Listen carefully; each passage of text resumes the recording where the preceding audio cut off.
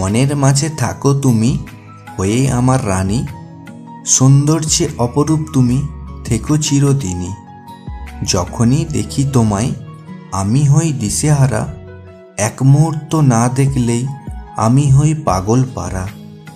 স্বপ্নের মাঝে আসো তুমি, স্বপ্ন দেখিয়ে যাও চলে, স্বপ্নে দেখি আমি যেন শুয়ে আছি তোমার কোলে।